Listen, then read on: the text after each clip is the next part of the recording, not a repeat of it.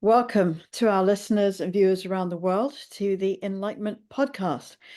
We have lots to talk about on this podcast in general, and especially at this time, we feel that it's really important to have a dialogue on Palestine, to build awareness, to answer questions that we've heard from people that we know, to reach as many people as possible.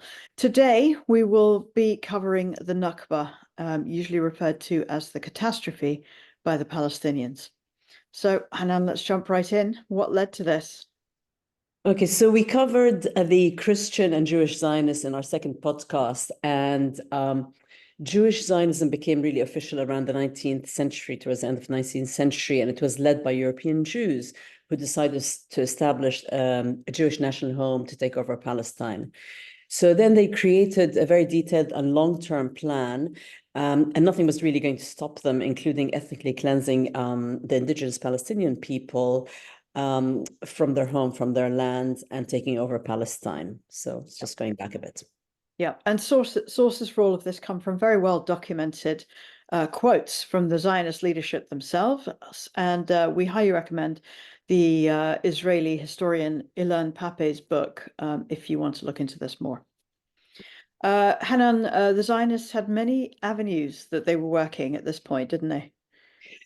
Yes, very much so. So they worked within Palestine itself, and the British government abroad and in Palestine.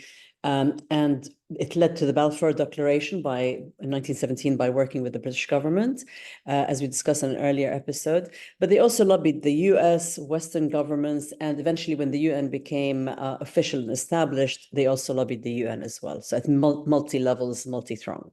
Yeah. And we're talking obviously this episode about the Palestinian Nakba of 1948. Can we just go back a bit just to better understand what led into it? Yeah, absolutely. So I think let's go back first to 1933 Germany, that year when Hitler and the Nazis took over power in Germany. Okay, the Nazis, masters of using both violence and propaganda to advance their objectives and create this mythology about their rise to power. Yeah, and what very few people actually know about is the Havara Agreement that took place.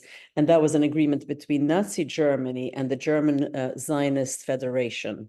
Okay, yeah, so this was news to me. So this is 3 months of negotiations between the Nazis and the German Jewish Zionists. And this agreement was signed on the 25th, sorry, of August, 1933, which was the same year, obviously, that Hitler came to power. Yeah, What was it yeah. about, the agreement? Yes, very much. So this agreement was, as you said, between the Nazis and the German Zionists. And what they agreed to is to transfer the assets of German Jews to Palestine from Germany. And in return, the German Jews were sold their assets in Germany to pay for essential goods manufactured in Germany, and they were then shipped to Palestine. So it was a very lopsided way to reach a deal. Right, right. Because there was also in 1933 there was an anti-Nazi boycott, boycotting German products as an anti-Nazi thing. And while that boycott was happening, some prominent German Jewish leaders, business leaders, wrote letters in support of the Nazi regime and calling on the Jewish community in Palestine and Jewish organizations abroad to drop their efforts to organize this economic boycott against Nazi Germany. Yeah, and as you can imagine, the Havara Agreement between the Nazis and the German Zionist Federation was really controversial because it helped Nazi Germany, to lessen their dependence on the West economically due Yeah. to the boycott you mentioned. Yeah. Yeah, and it also kind of undermined the Jewish boycott in Germany, and found a way to work around the whole anti-Nazi boycott in general. Exactly, exactly. So the whole point being is the Zionists didn't care about their collaboration with the Nazis because their aim was to send as many German Jews to Palestine as possible. And even if the Havara Agreement helped strengthen really the Nazi German economy. Yeah, so the Zionist agenda to colonize Palestine was above even that. So the repercussions in Palestine were to give the very small Jewish community in Palestine much more additional Jewish labor and economic support, basically. Yeah, and we ended up with around 60,000 German Jews who went to Palestine from 1933 to 39 during the British Mandate. So a huge uplift in more and more Jewish immigration to Palestine. Yeah. So Britain joined the Second World War in 1939, and at the same time, they continued to train various Zionist organizations in Palestine, giving them the latest warfare and terror strategies, frankly, and equipping them with very top-end weapons. Yeah, yeah. And also having trained these Zionist organizations in Palestine to crush the Palestinians from 36 to 39 during the Palestinian revolt, which we mentioned in an earlier episode, it contributed, if you like, to crushing and eliminating the Palestinian leadership. So Yeah. it left a Yeah, so years of training basically and weaponizing, which left a very highly motivated, well-trained, well-armed Zionist movement who was there, ready and prepared to take over Palestine after the war. Yeah, yeah. Oh, sorry. Sorry, go ahead. No, go ahead. You know more than me. You should go first. But I'm gonna I'm gonna say that we did discuss in our previous episode on Zionism how various Zionist organizations in Palestine undertook various violent campaigns against Palestinians, but they also campaigned violently against the British authorities who were occupying Palestine at the time. Yeah, and ruthlessly, really. So the Zionist groups bombed railroads, networks, all sorts of installations. And by 1938, the Irgun were bombing Palestinian civilian targets, committing terror attacks, also against the British, not only the Palestinians. Okay. During World War II, is it right most of the Zionist organization suspended their attacks on the English, but smaller groups like the Lehi continued throughout the war with attacks? Yeah, yeah. And Zionist terror groups like the Irgun, the Haganah, the Palmach, and others, they engage in very violent campaigns throughout, really, to advance their political goals. So it was from the 1920s onwards.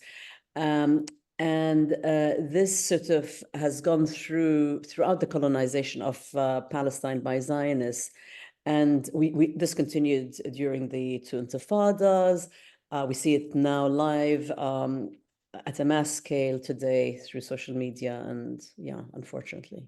Yeah, and what's often ignored, it drives me nuts by the mainstream press, is that this is still an illegal colonization and occupation, illegal by all standards of international law, and it's being held together with a new and now growing level of terror today. For instance, just a couple of days ago, there was a bombing of a cafe in the occupied West Bank, just that killed 18 civilians and barely got a blip in the mainstream press. And one wonders what that would have been had that happened in Tel Aviv 2 days ago. Back to 1945, because don't get me started, Zionist groups bombed the King David Hotel in Jerusalem in 1945. And at that time, it was the administrative headquarters for the British. And this happened in July before World War II officially ended in September of 1945. Yeah, so that lethal attack killed around 91 people, British and Palestinians. They severely injured also hundreds and hundreds more, and these attacks just continued. It never stopped. And with the British Empire then crumbling after World War II, they announced that they wanted to end their mandate in Palestine, and they asked the newly formed UN to arbitrate. So tell us about that. Yeah, so that's exactly the opportunity that the Zionists were planning for and waiting for, and carefully and patient, well, not very patiently because they committed terror attacks, but they were planning for. And I also wanted to mention that the Zionists raided Reuters offices in 47. They targeted civilians, government figures, security and infrastructure, and they continued to escalate their terror campaigns against the Palestinians. Yeah, these are not sort of one-off isolated incidents by bad apples. I mean, I was surprised to learn that Menachem Begin and Yitzhak Shamir, two well-regarded prime ministers of the occupying forces of Israel, were leaders in their own right of the Irgun and the Stern Gang back in their day. Yeah, I mean, they were officially labeled as terrorist groups by the British government. So they were the leaders of terrorist groups. Yeah, yeah, yeah. Albert Einstein, I think, actually called Menachem Begin a terrorist and a fascist. Yeah, and he also wrote in the New York Times in 1948, describing the Irgun and their successor, Herut, as a terrorist right-wing fascist chauvinist organization. So it was quite well known what they did, and it was the secret, basically. Yeah. Well, nice to have seen that published in the New York Times back then. Yeah. So we see highly trained Zionist groups at this point with a plan, highly equipped, and committing terror attacks in Palestine throughout. Why weren't the Palestinians prepared for this, or were they prepared for this? Not really, not remotely. And it's really important to understand why that is. I mean, besides eliminating the Palestinian leadership, the Zionists really started out their colonization plans really early on in the early days. And part of their plan was to visit Palestinian villages and towns, pretending to be guests and neighbors, and to build relationships with the Palestinians who welcomed them to their homes openly and trusted them. And really, it's hard to overstate the importance of Palestinian generosity and hospitality and what that means. It's really in our DNA to welcome, to feed, to take care of our guests and our neighbors at all times. Yeah, I mean, I experienced it firsthand when we were in Palestine, even when we were in refugee camps in Jordan with Palestinians. It's incredible. I mean, they will literally give you the shirt off their backs, and it's kind of tragic that this led to it was abused. Yeah, and absolutely, that wonderful part of our culture was taken advantage of by the Zionists, and the hospitality and the generosity were used very evilly to continue the detailed plan of the Zionists. Yeah, and it was basically, you ask why, but it's to actually was to for a very organized plan to gather detailed data to create files on every Palestinian village and town as part of a plan to very efficiently and quickly take over as much of rural and urban Palestine as possible. And again, this tactic is very well documented by historians, including Ilan Pappé in his book, The Ethnic Cleansing of Palestine. Yes, yes. I mean, he's a leading Israeli historian and definitely a must read. But really, the Zionists built the relationship with the Palestinians to spy on them, to gather information. I mean, like, who does that? What kind of information and intelligence were they looking for?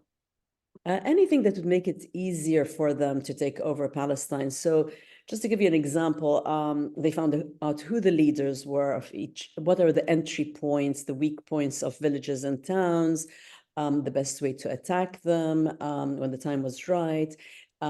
So they wanted to ethnically cleanse the Palestinian villages and town as quickly as possible, as efficiently as possible. So they needed to know the ins and outs and the details of each town and city. And then the Zionist leaders would meet regularly. They'd use that information to create and update their master plan, if you like, of colonizing Palestine. Yeah. When the British left Palestine then in 1948, so they left behind at this point about 120,000 very well-trained Zionist militia. And by the way, the Irgun and the other Zionist movements, who, as we said, were even labeled by terrorists by the British, and were continuing to perpetrate terror attacks throughout this time. These groups were absorbed into the colonialist Israeli army in 1948. Yeah, and also just to mention, the UN was only 2 years old when it was set up towards the end of 1945, and the English had asked the UN to come up with a plan for Palestine, so it was still a new organization. Yeah, so the UN set up a committee for Palestine, as I understand it, but it's only 2 years old, and the members didn't really know much about Palestine, and they weren't experienced in conflict resolution at this point. Despite that, they went ahead and they decided to partition Palestine. Yeah, yeah. I mentioned earlier also that the Zionists had been lobbying in the UK, in the US, Western powers, and the UN, of course. Yeah. So, understandably, the Palestinians and some other Arab nations boycotted the UN proposal that Palestine should be partitioned. Exactly. And while that was happening, the Zionists just pushed full on with their own agenda. Yeah, I mean, with the Europeans feeling guilty about the Holocaust and with the lobbying by the Zionists, I think it was always going to be on the cards that the UN vote on the partition plan went this way. And that vote happened in November 1947. Yeah, and it was a big disaster for the indigenous Palestinian people, who, of course, did not want to give up their land to European Zionist colonizers, settler colonizers, and who came to colonize their country. And the Palestinians had nothing to do with the Holocaust, as we talked about in previous episodes. Yeah. Absolutely. So do you think that the UN violated the basic rights of Palestinians when they voted to partition Palestine? Yeah, no, absolutely. I mean, the UN partition plan was immoral and illegal, and really, Palestine was not their country to parcel out, and they ignored the composition of the population of Palestine, and they didn't consult with the Palestinians, and they just decided on their own on how to partition Palestine. So the Zionist ask was for over 80% of Palestine. They really wanted it. But reluctantly, they agreed to the UN amount of 56% of Palestine, with a plan in the back of their minds to get the rest of Palestine in the future, as we see is happening now. Yeah, The yeah, Palestinians, I think, were two-thirds of the population by then. So we're talking in all these percentages. So if the yeah. Palestinians were around 66% of the population, they were originally 90% when the British mandate started. But of course, we mentioned all the European Jewish immigration to Palestine as escalated in the 20s and 30s. Yeah, yeah, and as you mentioned, the population of Palestine was, despite the Zionist attempt to purchase Palestinian land, and which started sort of in the late 19th century. By 1948, they had around 5.8% of the land that was owned by Jewish people in Palestine. So really, so by the time the British said they were going to leave, the ethnic cleansing of Palestinians entered a completely new phase, if you like, by December 1947. So to recap that, because that's so many numbers, in 1948, the Zionists owned less than 7% of Palestine, actually owned it. The Jewish population had now increased to 30% of the population because of the World War II immigration. Yeah, yeah, but even despite that, the UN still decided to give 50%, 56%, sorry, of Palestine, and including the best agricultural land, to the Zionists. And then they decided 42% of Palestine was allowed to remain with the indigenous Palestinian people, even though they were the majority and owned over 93% of the land. And then 2% of Palestine, Jerusalem, and Bethlehem and adjoining areas would become international zone, if you like. So they just spliced it up the way they thought they Yeah. should. Okay, so now that it's sliced, let's go back to the Nakba, the catastrophe in 1948 when the British left Palestine. How were Palestinians forced to leave homes? Yeah, the Zionist terrorist organizations were committing atrocities against the Palestinian people to ethnically cleanse them and to push them out of their homes. And that was before the British had left. And again, all that is very well documented. You don't have to listen to Shamim or myself. It's all out there for anyone who wants to look it up. Yeah, and you know there are, as you say, well documented examples. Just one on the 9th of April 1948, which is even before the Zionist colony of Israel was established. The Deir Yassin massacre took place, which targeted women and children as well as men. Everybody was killed in that village as the Zionists wanted to spark terror amongst Palestinians and literally have them flee to protect their children and themselves, which is, I think, something any of us would consider doing if everybody around us was being massacred. Exactly, exactly. And after the British left, these groups just continued to escalate their terror attacks against Palestinian civilians with bombings and massacring Palestinians. They were ruthless. Can you give us another example of a documented massacre?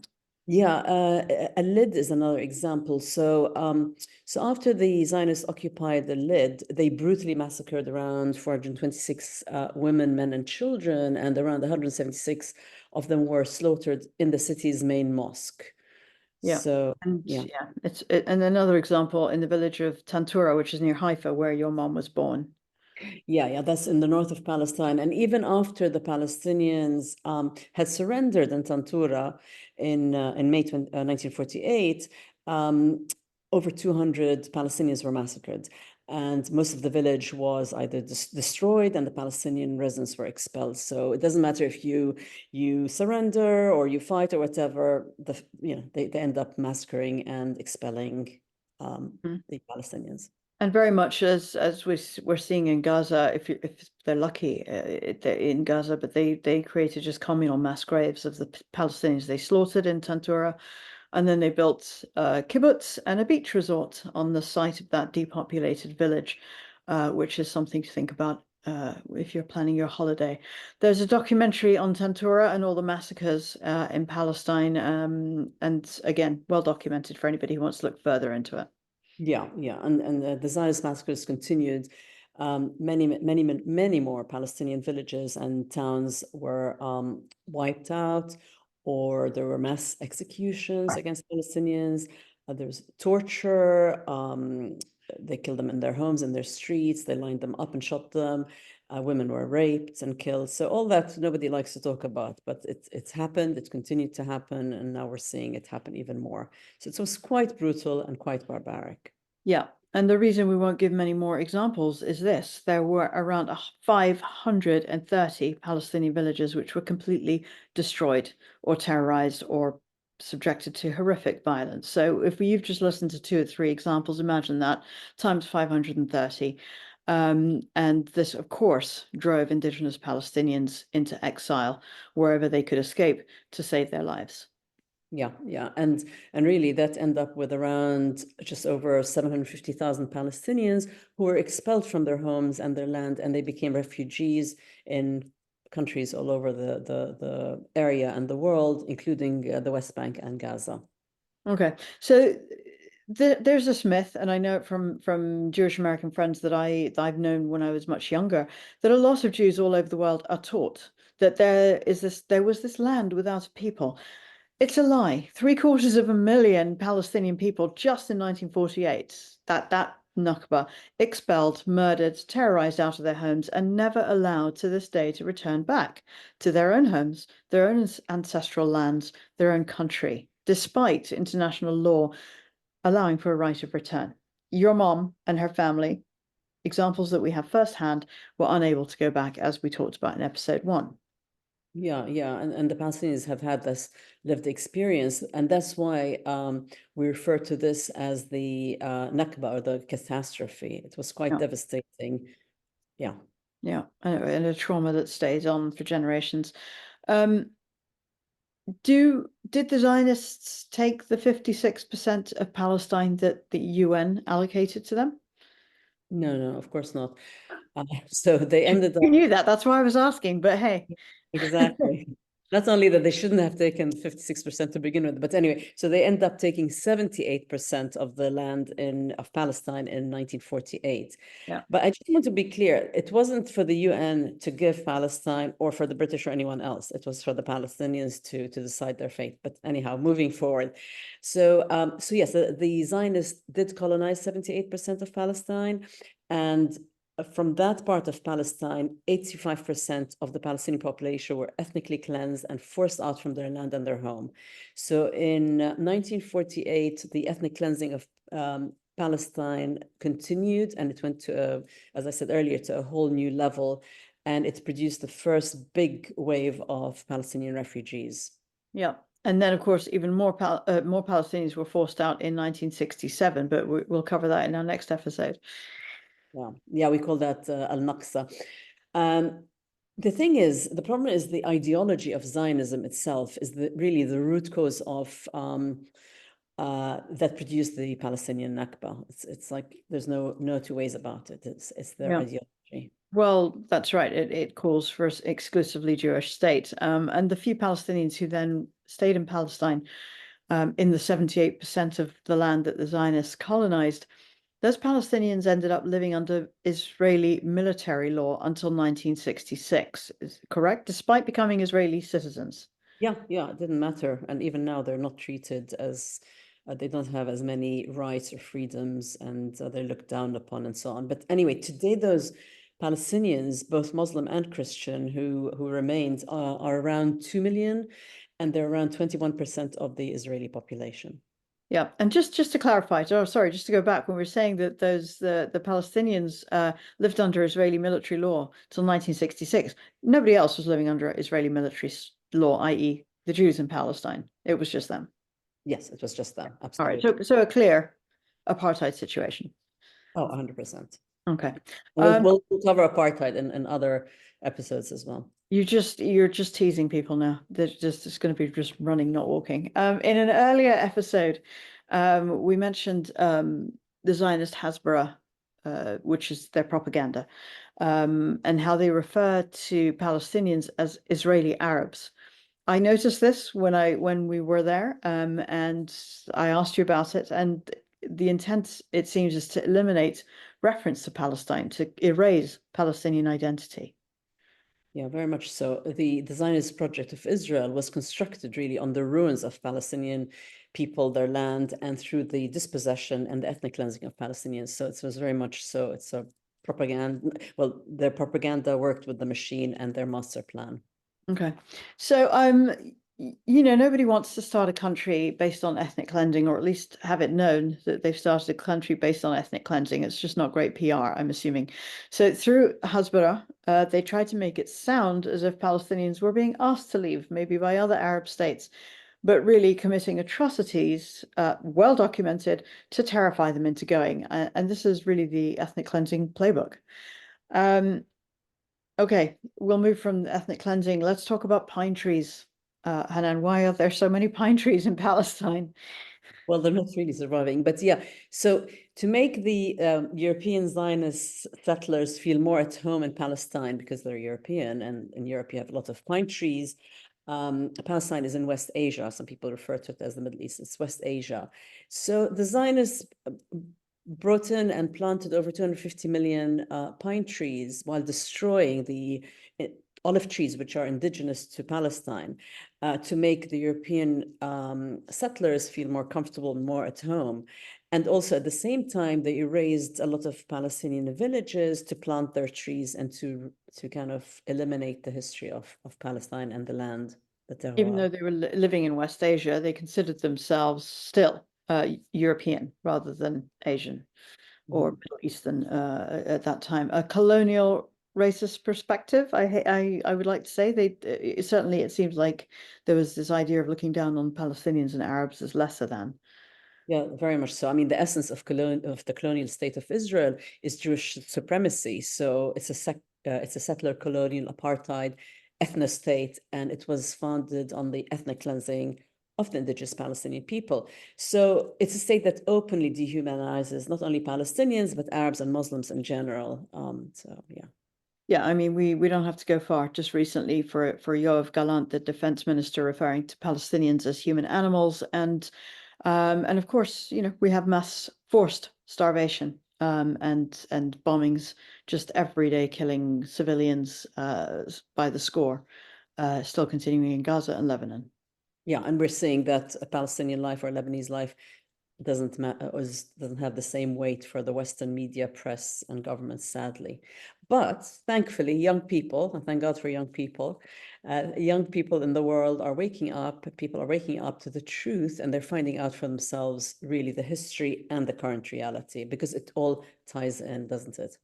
Yeah. And if you're older and you're figuring this all out, great too. We'll take it. As we wrap up for today, if you have any questions or topics that you'd like us to cover, or things that we haven't explained well enough, just let us know. Drop us a note in the comments. And in our next episode, as Hanan mentioned, we'll be covering the Nakba, the 1967 war, zipping up towards the present day. If you enjoyed our talk, please do subscribe to this podcast. We'll only go on if we've got lots of people with us, and do share with your friends and family. Our aim, as always, is to bring our point of view of humanism to as many people as possible. And with your support and help, we can do that. And as always, we believe that stories matter and representation matters. And just to say thank you for taking the time to watch. Remember to please subscribe and share, and see you again soon. Thank you.